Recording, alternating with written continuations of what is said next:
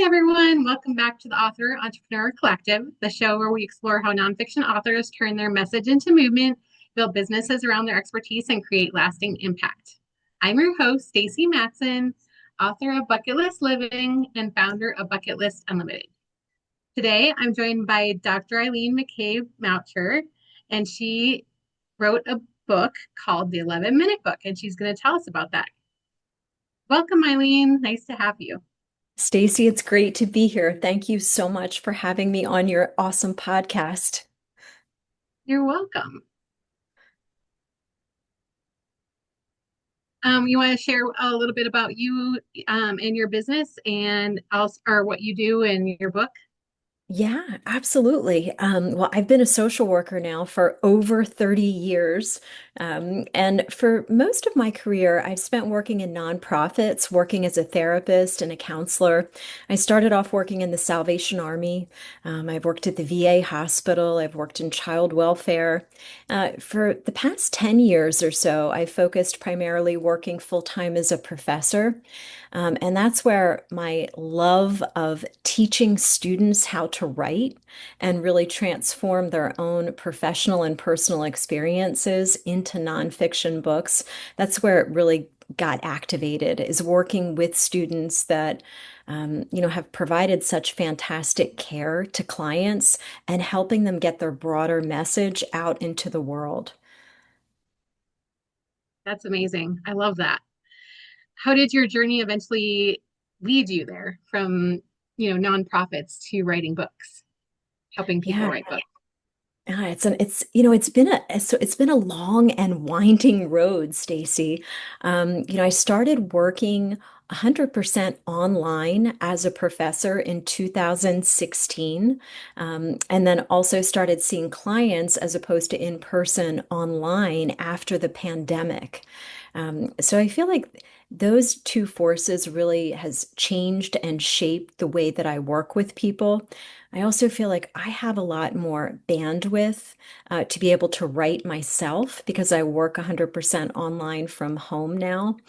So I feel that now that I'm more solidly grounded in my own writing process, instead of maybe doing processes in 11-minute increments like I did in the beginning, now I have more time and more bandwidth.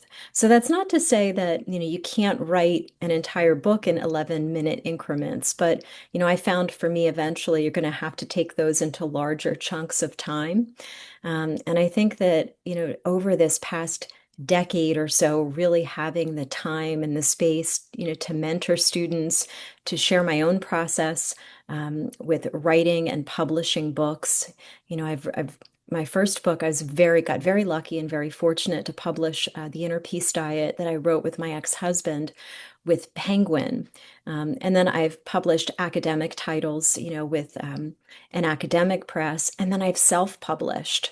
So I feel like I've got different experiences that I can share because I think that self-publishing is, I mean, at least for me right now, I feel like that's the way to go. You have so much creative control over the process. But I certainly understand the desire to be published by a mainstream press too, and that's, definitely something that I can coach someone through or help them through if that's their goal or aspiration. That's amazing. How many books have you published I or think it's written and published? I think I'm t up to 12 now.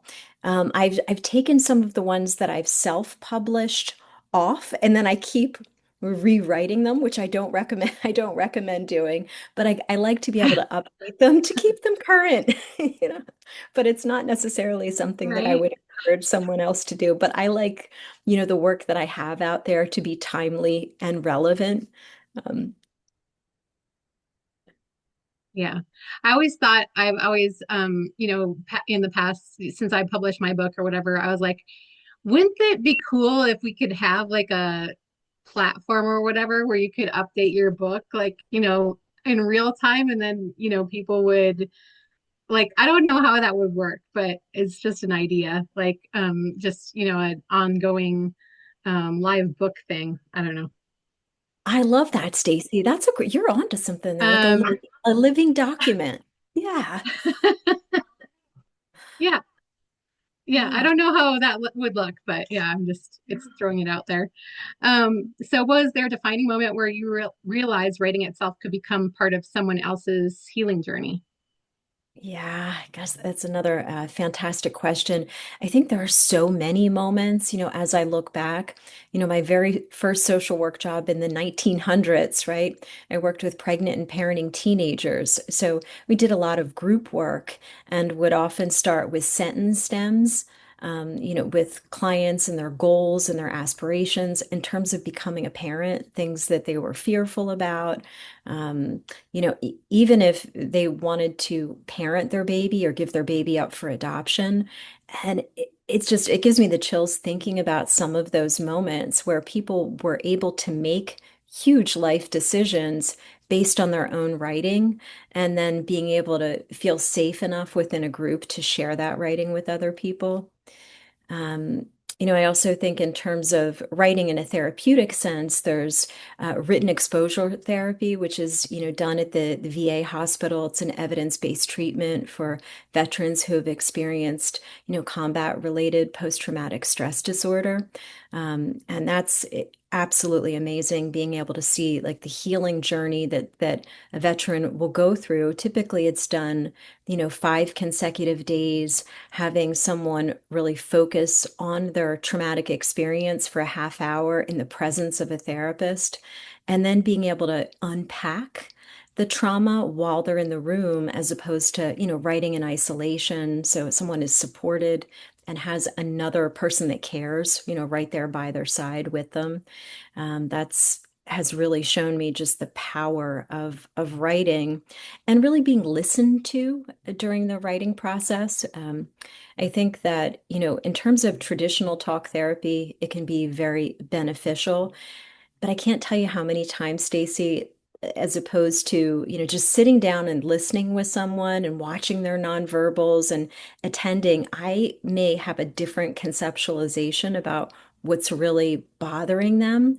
But when they're writing, wow, I mean, it's out there. It's like providing a real-time window into their mind where I can help the client tap into their own inner expert. Because I believe that we're all experts on our own lives. And writing, is a tool that we can use to not only heal ourselves, but then share our message, with the broader world. I love that. I love that so much. And I love that you work with veterans. Obviously, I'm a veteran myself, but I know that a lot of veterans need to go through that healing process to move on. Most definitely, Stacy. Yeah. And thank you for your service, Stacy. Mhm. That's I come from a military family, so it's, it's a very heart-centered mission for me. I'm not a veteran myself. Well, I appreciate you working with them. Yeah. Let's talk about your newest book. Where did the idea for 11 minutes come from? Yeah. Well, it's not very scientific. I wish I could I wish I could say that it was evidence-based, but it's not. 11 really has always been my favorite number. But I think it's really been professionally informed by seeing clients, typically most of my career, I've seen clients in 50-minute sessions. So we have that 50 minutes where we're working together, and then there's typically like 10 minutes in between sessions where you maybe running to the restroom, getting a drink of water, writing some notes, arguing with an insurance company to try to get more time for a client, returning a crisis call. And it always used to blow my mind how much I could get done in those 10 minutes. So I'm like, what if I add 1 more minute? Because, I'm always trying to expand time in some way, to add another minute and make that my writing sprint, because I was so accustomed trying to squeeze a lot of things into that 10-minute window. And I also have found too that working with clients, 10 minutes is a pretty foundational, I'd have to say, window of tolerance to be able to sit with thoughts and feelings and emotions and silence, and to be able to get into that flow state. Um, so sometimes, although the exercises certainly can be done in 11 minutes, if if you don't have 11 minutes, like I'm always encouraging my students to work with the time that they do have, whether that's 3 minutes or 5 minutes or 20.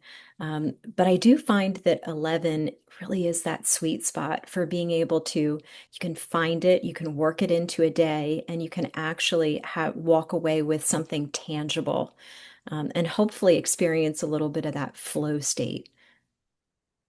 Yeah. I love that because it kind of helps with people that, the biggest excuse that people don't write a book is they don't have time, right? But your 11-minute theory like negates that completely. Just little bits of a time that you write every single day or however often you have. Yes, yeah, exactly, Stacey, because so many people will say, we don't have time. I don't have time, and I get it. I mean, personally, I'm in a different season of my life now where I do have time. But as I look back, especially as I was writing those earlier books, I was married. Both of my parents were on hospice, and I was their primary caregiver at one point, one time or another. My daughter was small. I had a career, a lot of responsibility related to that. So there would certainly be days where that 11 minutes was all that I was able to actually focus. And I think that's what informed the book too, is really um, having people say, I don't know how you're doing all this. And I'm like, well, I mean, it's like, I'm certainly not special. Like everybody is given the same 24 hours in a day, even though recognizing that we all have different, challenges and protective factors and risk factors and all of those things. So depending on the season, I'm just always encouraging people, as I'm sure you are too, Stacey, to work with what you have. Start with who you are and what you can work with. Exactly, for sure. What are the biggest psychological barriers that stop people from writing the book they've always wanted to write? Yeah, it's another excellent question, Stacey. I think it's really dependent on the individual, but there are certainly a lot of like patterns and themes that I see. It's maybe a fear of failure, of not being able to finish a book. You might be able to start it, but not finish it. There's also the very real fear of success, right? Where, I mean, that's something I could definitely relate to. I remember once our book was published by Penguin, they're like, oh, well, now, we want to take you on this book tour. And I was thinking, oh my goodness, like, what do I know? This is my first book, like, I don't know if I want to put myself out there. And, was feeling anxious about that. A very small amount of success. And I find that to be very true with my students and my clients as well. I think there's that fear of the book maybe being too much, right? Maybe it's revealing too much personally or professionally. And then there's that fear of not being enough or not having enough, or everything has already been written before, like the market is saturated. And what I'm constantly reminding my students, and then also reminding myself too, is that although, like, we can say everything's been written before, it hasn't been written by you. So, every person's perspective is unique. And there may be somebody that would maybe read a book on a similar topic by a different author and it wouldn't resonate because it wasn't written by you, somebody that the person could relate to and see themselves in. Yeah, I've talked about this on other podcasts and some of my content is that like some people only respond to your energy and your frequency and your words, right? They can't really hear or understand from other people. They have to, you know, some people can only hear from you. That's why I encourage people to write their story because your story is unique to you. Nobody else has your story. So I love that. Yeah. Yeah, yeah, that was so beautifully said, Stacy. I love that about the vibration and being able to be listened in, by someone else. Oh, so true. Yeah. Um, you said you write a lot about perfectionism, imposter syndrome, fear, and the inner critic. Why do those show up so strongly when someone decides to write a book? Yes, it's just it's been my experience again, both working with others and with myself. Like during the writing process, I think that's part of the ambivalence and resistance that comes up in our minds as humans. There's that inner voice, that inner critic, whether it's an internalized, voice of an authority figure like a parent or your sixth grade English teacher that's marking up your red pen or marking up with red pen all over your paper, or iPad, or whatever decade you're from while you're listening to the podcast.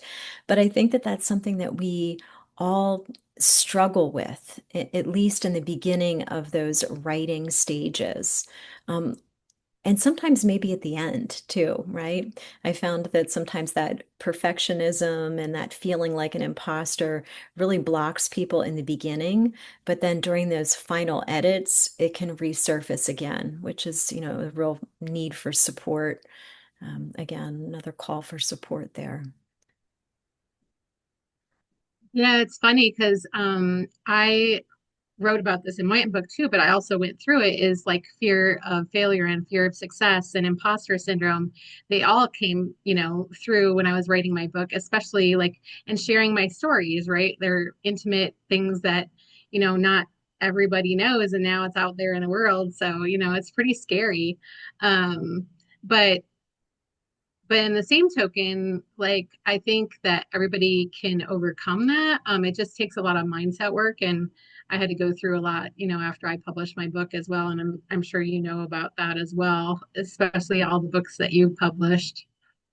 Yeah, yeah, Stacey. I mean, that's exquisite. I mean, you hit it right there on the head. I mean, you're sharing very vulnerable stories. We're sharing very vulnerable parts of ourselves out in the world where, there's that very real aspect. We're all on social media now, and there's some mean people out there that actually say mean things, right? So there's a part of that that's self-protective, and we do need to be able to prepare ourselves for that.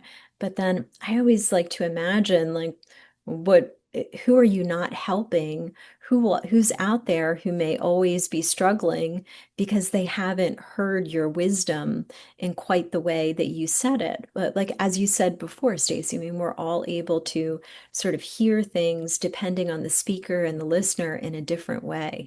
So that's why I feel like you beautifully said mindset there. It's so important to be able to keep our own mindset, grounded in reality, grounded in, positive thinking, but also, grounded in the reality of what you'll face. And if you do have haters, right? Like I also believe like, that's a real sign that you're doing something positive in the world if somebody has something negative to say, about your book or your work.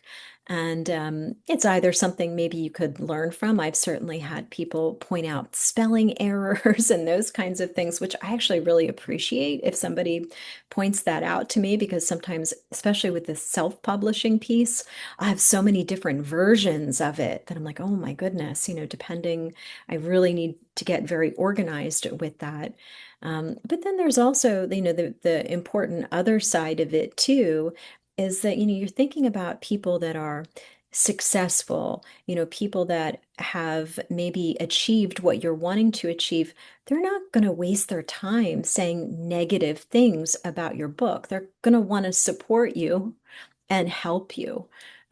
So I think that's something that's important to keep in mind, as you're writing your book, to be able to surround yourself in a community with other authors or with family members or loved ones that are going to be real with you, but are also going to, provide you with that unconditional positive regard.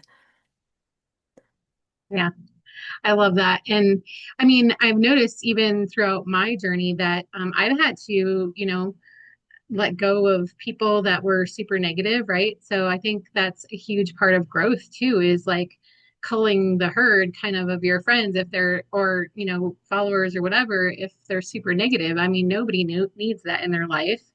And maybe those people might learn, hey, everybody's like letting me go. Maybe there's something wrong with me, So maybe they need to change, a little bit. So might be a kind of a lesson for people that are super negative all the time. But um, Yeah. Ex- Exactly. Yeah. I mean, it's almost like your support system is self-selecting or, weeding itself out. That's something that happens as we, grow and develop in different areas of our life that, not everybody is going to be there with us, throughout the whole journey. Yeah. Some people are only there for a season. Yes. Yes. We're going to switch to your exercises in your book. So, your book walks readers through powerful 11-minute exercises. I love them all, by the way. Do you have one favorite exercise that seems to create breakthrough after breakthrough? Yeah. Yeah. Stacey, I'd have to say the exercise that I feel like people gravitate toward the most and where I've seen people sort of make the most traction in the least amount of time is that embodied writing exercise, where maybe someone is starting by taking a few mindful breaths. It doesn't have to be anything fancy or long or any kind of pranayama or yoga-based exercise. One of my favorite breathing exercises is what I'll call like relaxation breath, where we're making our exhalations twice as long as our inhalations. It sort of forces the body into a relaxation response, brings down the respiration rate, brings down your heart rate. For most people, I find that it brings down like the rate of thoughts if someone is struggling with having like racing thoughts or not able to focus. And then I'll encourage someone to really focus on their bodily sensations, and maybe focus on one. So let's say if someone is experiencing like a constricted feeling in their throat, if your throat had a voice, what would it say? Or maybe somebody is, experiencing like a restless legs. So if your legs could talk, what would they have to tell you? Um, and I've seen a lot of people have breakthroughs, not only, in a therapeutic sense or personal sense, but in a professional writing sense. It's almost like their legs are writing a whole chapter for them. And then maybe their left pinky is going to write like the final chapter. I think that we store all kinds of important wisdom in different parts of our body, whether that part of our body has been healed or whether it's still in a process of healing. Um, that I think our bodies really hold a lot of wisdom. And I think that that embodied writing exercise is a way to bypass our minds. Because I feel like most people, I mean, myself included, I have this tendency to go back to living in my head. And then I have to remind myself on a daily basis, to bring my whole body into this writing journey and to this life. Yeah, I believe it's all connected, like mind, body, soul, right? And we need to, realize and acknowledge that connection to um, reach our full potential, I guess. Yes, yeah, most definitely, Stacey. I agree. 100%. Why is it so powerful to imagine one person whose life could change because of your book? Yes. Yeah, it's another great question, Stacey. I think that speaking to one person or an audience of one can really help you focus and get clear on your messaging. I think, at least for myself, I think if I imagine talking to a group of people, I will automatically start to self-censor and maybe say, oh, I don't want to exclude this person, or what if this person is feeling this? So I just imagine one person in front of me as if I were talking directly to that person. And that may be a function of my career too, how I spent my career. Although I've done group work, I'd have to say like the vast majority has been individually based. So really imagining that person right there in front of me keeps me grounded, keeps me focused. And I hope that the reader can feel that I'm there with them. So that's why I encourage my students to do that as well, so that they can imagine, talking to a loved one, talking to someone that they care about, so that really natural compassion and empathy will come through. Especially if maybe you're working or writing about something where you have professional expertise and your reader doesn't. So you don't want to come off sounding like condescending or like this expert on a pedestal. You want to be yourself and talk to somebody one-on-one using your authentic voice. Yeah, I agree with that. And I also think that you should like appeal to your ideal reader, right? I mean, obviously scientists are gonna, you know, write for scientists or like, students or whatever. So it just kind of depends on what kind of book you have to who wants to read it or who your ideal reader is, right? So yeah.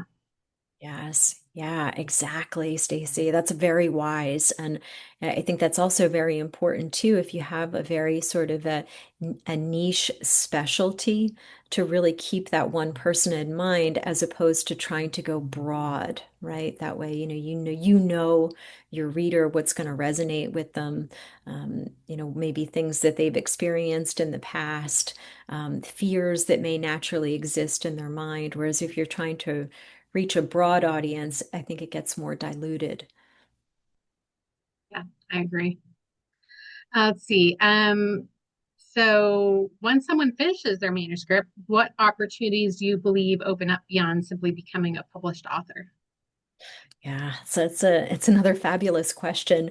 I'd have to say, Stacey, with my first book, I really felt as if, oh my goodness, like this book is going to release. It's going to release on a Tuesday. Like I was very lucky and very fortunate that it did have like a marketing team around my first book, which is something I have not had in subsequent books, right? Like it has become my job Mhm. 100% to be able to do that, which I think is a gift anyway. Um, but I really feel that, when you're writing or when you're putting that book out there, that's just the beginning. And I don't think I had a really deep understanding. I felt like when I finished the galleys, when I finished proofreading and when the book came out, I really thought like, oh, I'm done. Like now I can move on to the next book. But that book is really an opportunity to be able to, it's almost like a business card. It shows the world what your specialty is. I found that it opened doors in terms of speaking engagements, in terms of developing like continuing education programs, like based on the book, working with other nonprofits, with the book. I think that if you're strategic or even not, because with my first book, I definitely was not strategic. I was just so excited. Had been working on this book for years. I had things all tucked away in a file, and I happened to get, again, very lucky to connect with an acquisitions editor from Penguin who was looking for a social worker to technically edit a book on adoption. And I happened to have, a lot of child welfare experience at the time, and the technical editor that they had hired didn't. So I was able to connect with this editor and say, hey, I'd be happy to technically edit that book for you. And I said, and by the way, I said, I've had this book that I've been working on for years. And she's like, oh, send me over a book proposal.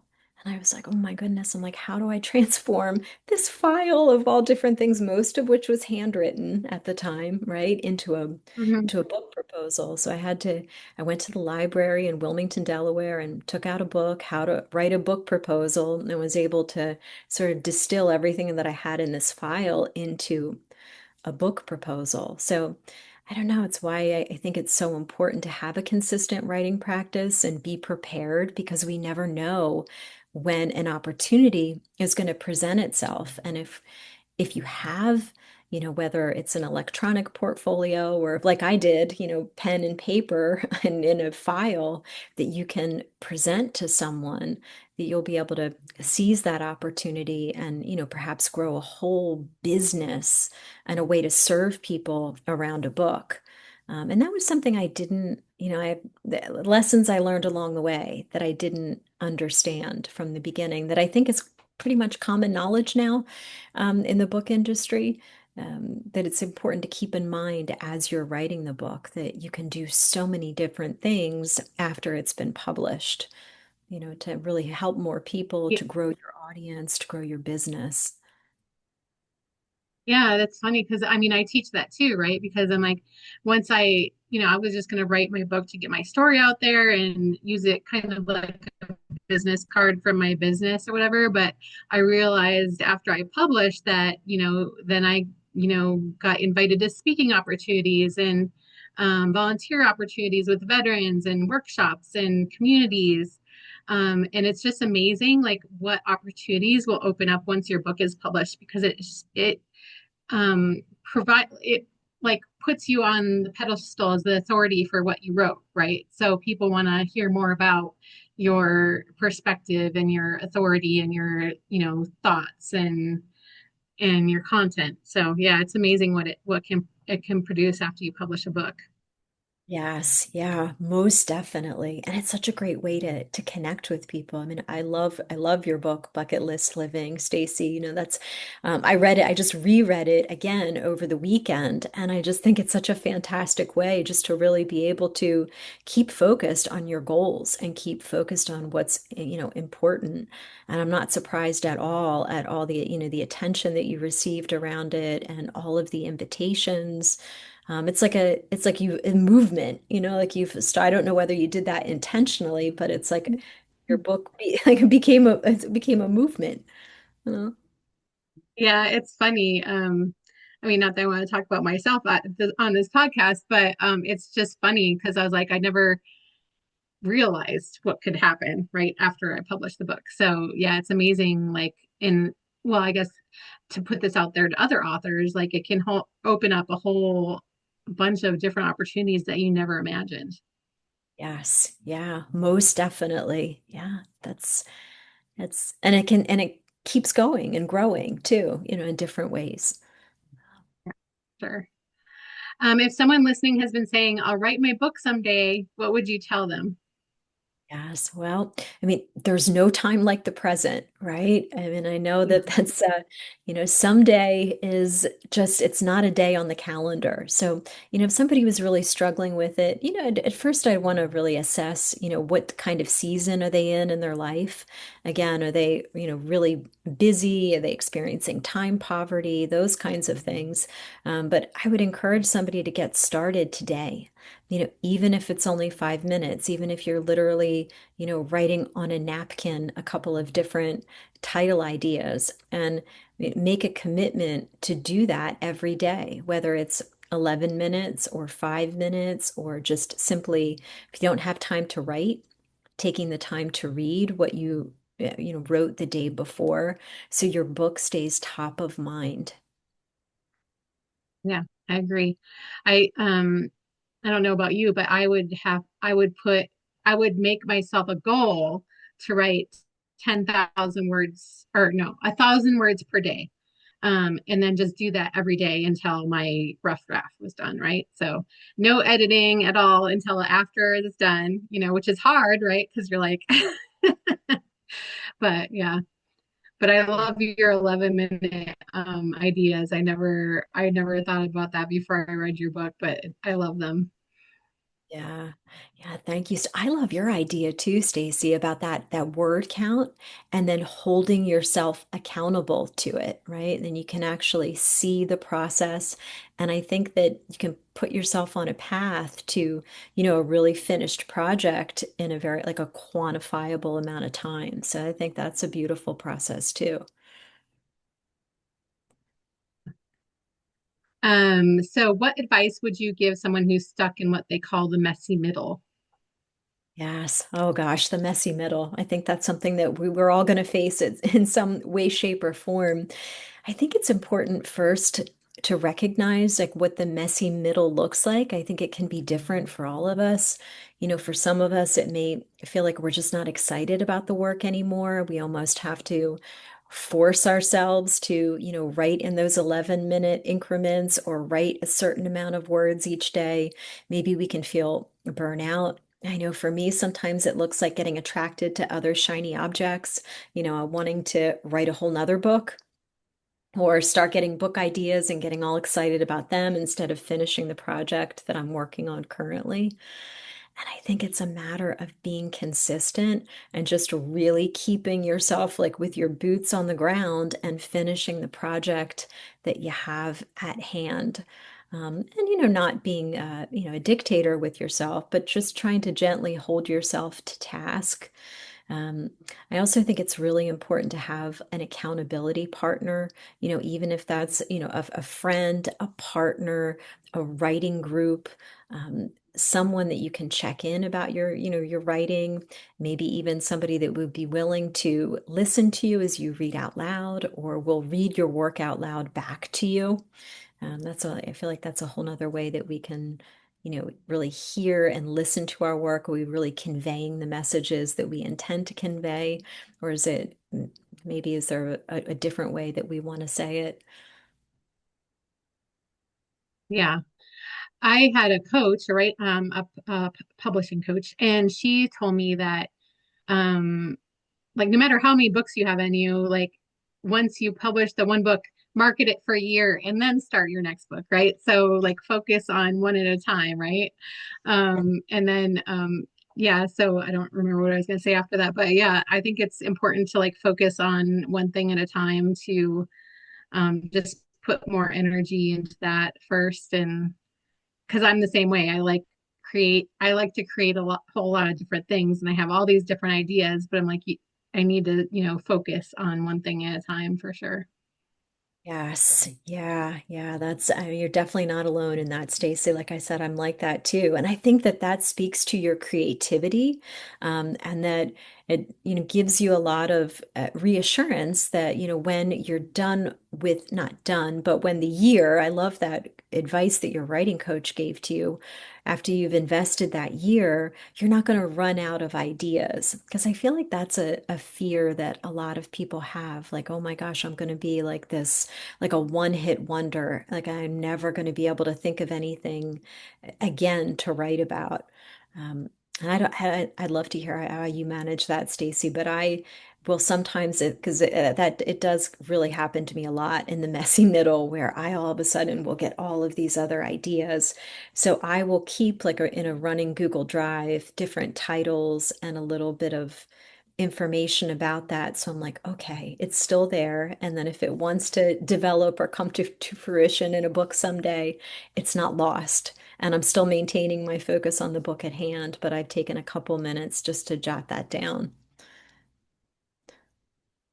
Yeah, I never forget that stuff either. I always have them in like different files and stuff like that. But I think like at least for me, after I publish, I'm like, I have even more ideas than I did before, right? Because there's, all these different experiences opening up. So like there's just so many different ways you can go. And I think like once you publish your first book, you get more clarity on where you want to like focus because different opportunities open up to you that you never knew you might have before. Yes, yeah, exactly, exactly. And then I think it speaks to, just like you're saying, like becoming listened in. So you may find too, like your audience, maybe you would want to write a book about, subject B, but your audience is really curious about something else or another aspect of your writing and is really wanting to hear more from you based on that, or you're getting requests from, different organizations to speak on another topic.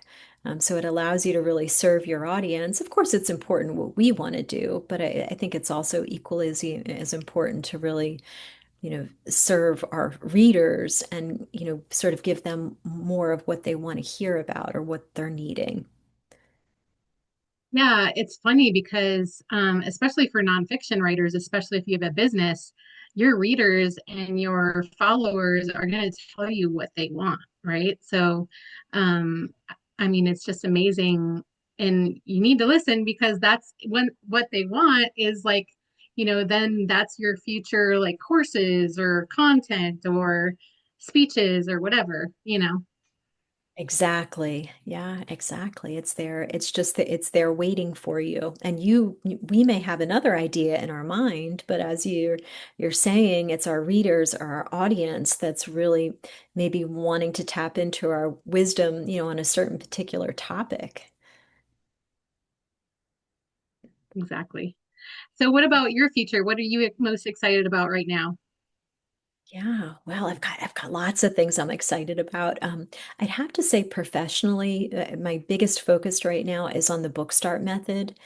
So it's really like a 5-step process to help people get that book idea out of their head and onto paper and complete the first 5 steps of a nonfiction book in a weekend or less. So I've been doing like an asynchronous version, and then I've done a couple of versions where, we'll actually spend time on a Saturday and we'll go through it together.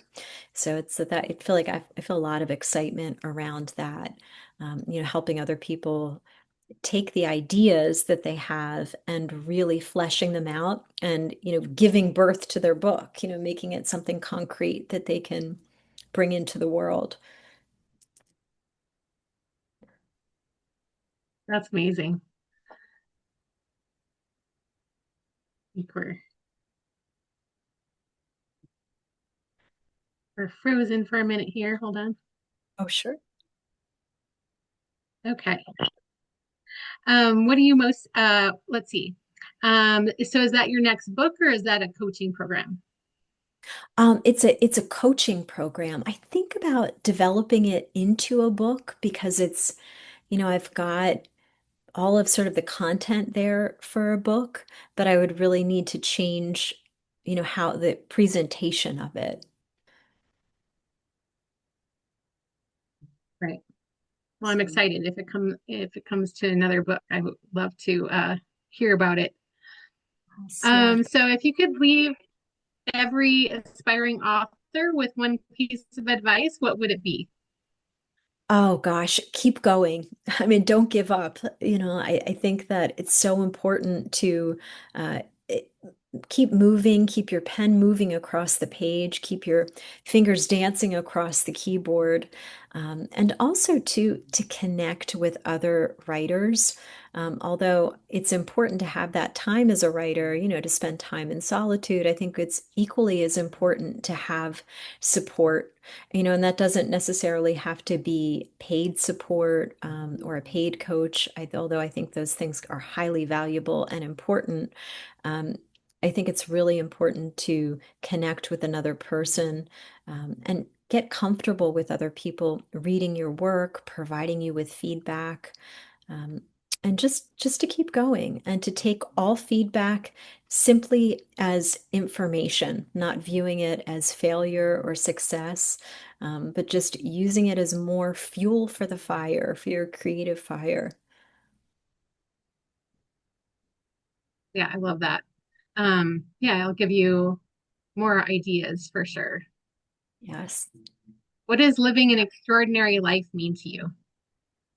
Oh gosh, that's another fantastic question, Stacy. I mean, I think that that question really is differs on who you ask, right? I mean, for me, I feel like living an extraordinary life is living life on my own terms, having time and location freedom is really important to me. That's something that I did not have at all in earlier parts of my career, and I really get to enjoy now. I mean, I'm still working 7 days a week. I love to work. I shouldn't promote my workaholism to people, although I do take time off a little bit every day. Um, I just feel like I'm very blessed and very fortunate to be able to do work that I love that fuels me. And that's my definition of an extraordinary life, is to be able to do that work, and to be able to do it while living, 7 minutes from the beach, right? And to be able to, um, you know, work at different times of the day, not be locked down to an 8 to 5 sort of a job where I'm sitting in front of a desk all day long. That to me is the definition of an extraordinary life where I can still be serving and helping people, but, on my own timeline. Yeah, I love that. That's pretty much the definition of entrepreneur, right? Like, well, that's how people go into being an entrepreneur is like they want time and money and location freedom, right? So that's amazing. I love that you have that. So before we close out, where can everyone connect with you, find your books, and learn more about your coaching?